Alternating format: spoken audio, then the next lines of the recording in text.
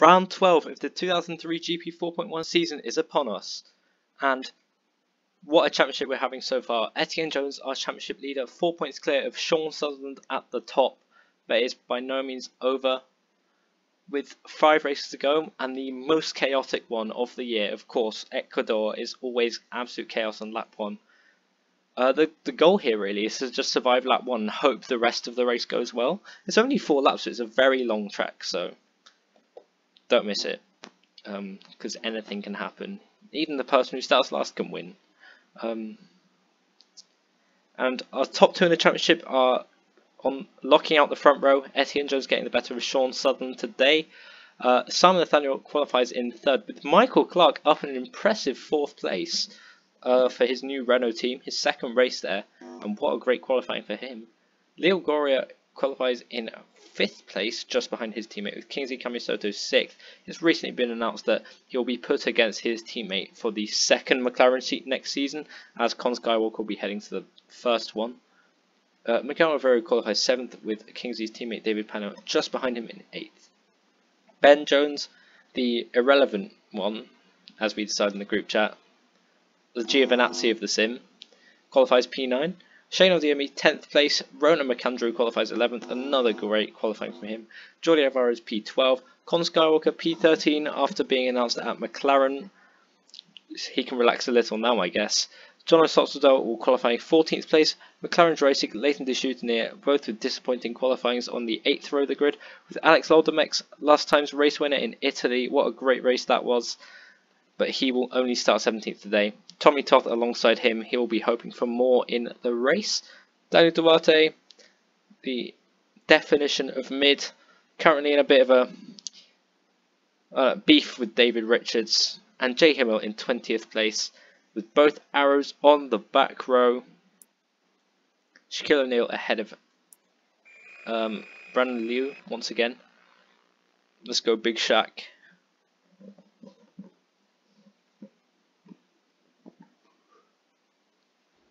Right, we are here on the grid for this 4-lap race. Prepare for drama. It's not, the grid isn't even straight though. It's just,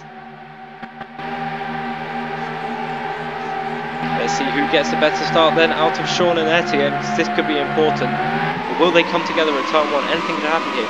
Actually, it looks like Etienne Jones will cover Sean Sutherland off. They actually touch. Almost go into the wall, but not quite. 2 runners side by side up the hill. Somehow everyone's gone through turn 1 without making contact, which is just unseen from Ecuador. I've never seen it before. Kingsley Camisoto getting the better than Miguel P6. So far, Etienne Jones keeps the lead then, with Sean Sutherland 2nd place, Simon Nathaniel 3rd place, and we've had our first crash of the day. It looks like at the back, it's Jay Hamill's involved in that one. Must have been the arrows of Shaquille O'Neal. I think there's a Jaguar in the wall there as well. So McLaren's racing came together with the Jaguar of Con Skywalker, which put Con Skywalker in the wall. And that slowed Jay Himmel down, which in turn sent the arrows of Big Shaq into the back of him. And that's 2 cars, well, 3 cars out already if you want. And now we head up towards the hairpin of death. Will they survive it on this lap? No, Etienne Jones is out of the race. Etienne Jones is out of this race. He hits the wall on the hairpin of death. That'll promote Simon Nathaniel up into 2nd place. Look at, there's a car flips. Everyone, yeah. Ecuador's just impossible to commentate on. Leo Goria's out. I don't know what happened to him. There's an arrow just pile driving into a wall. Most of the drivers seem to have got through without damage, to be fair. This is Jono Sotzadel literally driving into a car, driving a car down the straight. So we've got with Etienne Jones then. Sean Sutherland. Etienne Jones just kind of went a bit wide. He was our first casualty of the hairpin. Before Miguel Malvero, what? So did he even hit the wall? Let's see. He just hit the back of Leo Goria, who hit the wall. Kingsley Kamisoto hitting the wall as well there. And then he just ended up being pushed down the hill by that Minardi. And eventually just stopped there.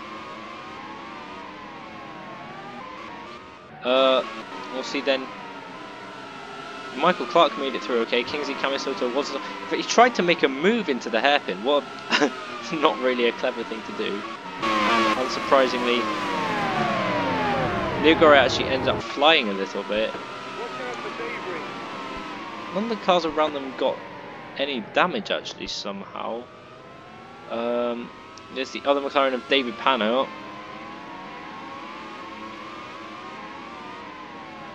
And Shane Odiemi also seems to be missing a rear wing. I think that's from earlier in the race. Yeah, that's probably from turn 1. So there's Kingsley Kamisoto. His car just kind of... He's just kind of rolling down the hill after his attempted move on Leo Goria. And he got pushed up on his side by the... In fact, flipped over twice by the cars behind him. And now he's just on his side going down that hill. Kind of surreal if you look at it. Who was it who flipped over then? It was his teammate actually who did it. And that's the remains of his car, not far up the hill from him. Anyway, let's go on, take a look at the leaders once again. Sean Sutherland has a good gap at the top already from Simon Nathaniel, who's being, well, pressured by Michael Clark. Ben Jones up to 4th place, Jordi Alvarez 5th, David Pano 6th, John Ososo 7th, Leighton Dishutin near 8th, McLaren Dressing 9th, Tommy Toth 10th, Alex Aldermakes P11, Ronan McAndrew is 12th, Shane Odiemi 13th despite not having wings, Daniel Duarte 14th, followed by the arrows of Brandon Liu as our last running car. And now we see probably this is the best overtaking spot of the track, as you're about to see. Pano will try on Jordi Alvarez. He pulls to the left hand side and he makes that move by outbraking down the hill. Leighton Dishutin does the same to the other Jordan to get up into 7th place. And now lap 2 begins on this very, very long, twisty track. Shaquille O'Neal is out of the race as we saw earlier. We'll go for an onboard lap here with Ben Jones. So yeah, it's a very long lap, about 2.5 minutes. Depends on the weather and whether how many crashes get involved. And there's Brandon Liu in the wall meanwhile, unsurprisingly. McLaren racing all over the back of John O'Sullivan now. He might drop out the points. As we now head up towards the hairpin of death for the 2nd time. Looks like the top 3 will keep it out of the wall there. Back on board with Ben Jones again.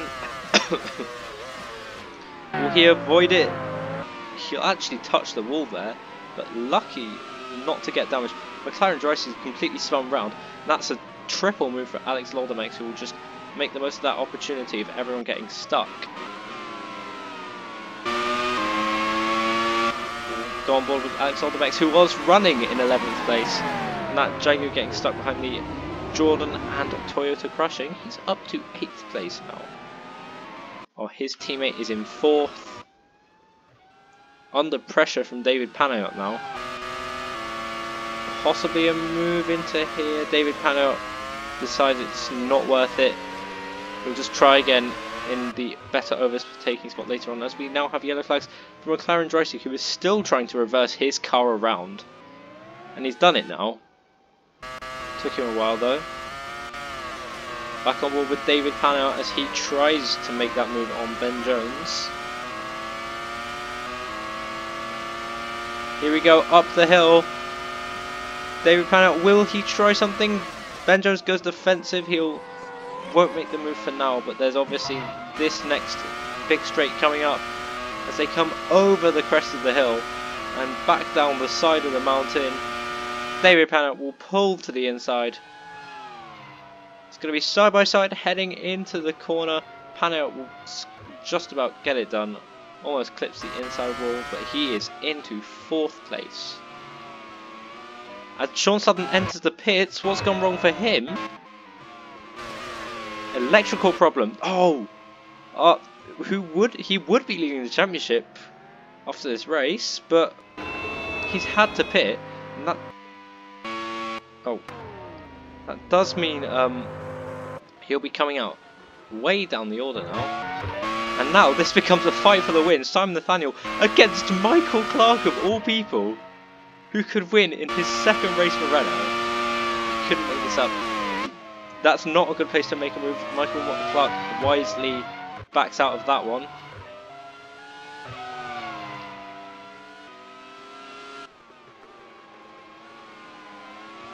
Absolute scenes here in Ecuador, always is. But whatever Michael Clark does, I just hope he doesn't try and make a move into the hairpin. I'm kind of scared that he might. Simon Nathaniel goes defensive. Michael Clark's going to go for it. He's going to make that move down the inside. Simon Nathaniel actually clips the wall. Michael Clark is into the lead of the Ecuador Grand Prix. Leighton shooting here. Actually, I think, yeah, trying to move on Jordi Alvarez. He's going to look to the inside of the hairpin, but he won't do what Michael Clark can. Also, Tommy Toth now in the points thanks to Sean Sutton's misfortune. Sean Sutton overtaking Ronan McAndrew, now up into P9. But look at that race leader, Michael Clark, who, I swear, he had the exact same rating as Andres de Jesus, as every single other driver on this grid. I will show you. I will literally go into my folders and show you if you don't believe me. Michael Clark is rated the same as all the other drivers. It's the same in the old sim in when we made him normal rated and he won both the races at the end of the year. This man is magical, I swear. As we see Leighton Dish shooting here, possible triangle move on Jordi Alvarez. Not going to happen on this lap. Absolute scenes though here in Ecuador. Leighton Dish shooting here, down the inside now of the best overtaking opportunity on the track, will take a 5th position. And actually, say it quietly, but this man could be on for a championship charge. After a rough first half of the season, he's come 2nd, 4th times, still no race win. He'll be gaining points on his title rivals today.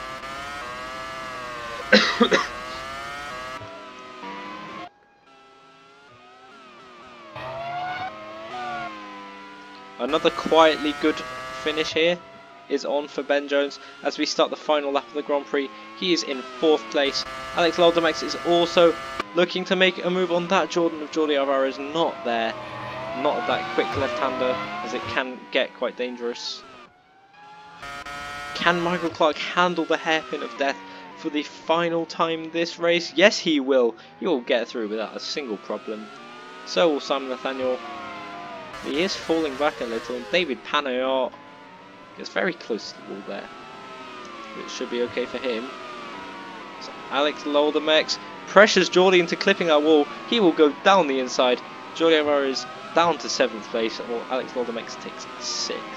After his win last time out in Italy, he could now actually go on a good point scoring streak, which would be great from him. You see Michael Clark heading towards the 2nd half of the lap here in the Autodromo Remy Diaz, named after the legendary Renault driver, of course, from the old sim, everyone's favourite Venezuelan.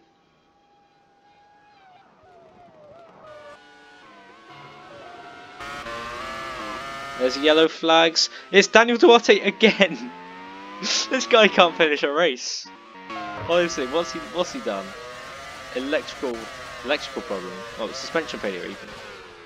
It says both, but I believe that does look more like a suspension failure as he puts it in the wall.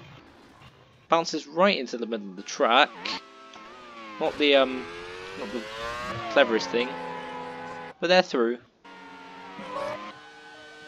So Michael Clark heads down the hill for the 4th and final time this lap. Ronan McAndrew's had a problem as well, which will put Jonathan Oxlade in the top 10. He's also had a suspension problem. He wasn't running in the points anyway, so it could be worse for him.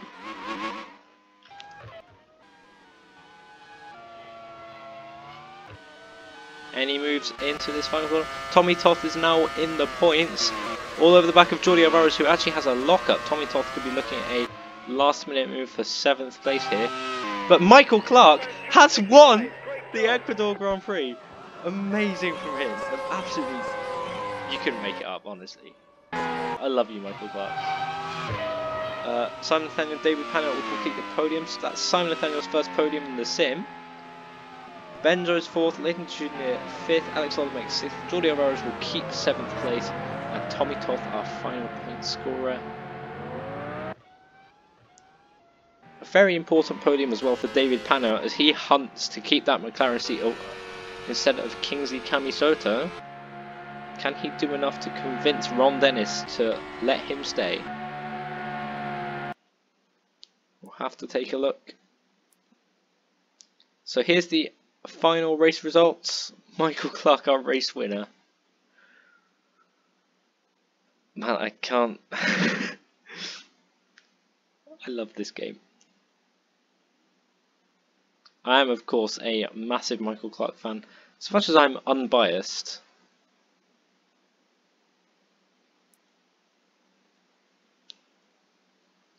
Here's the lap chart for the race.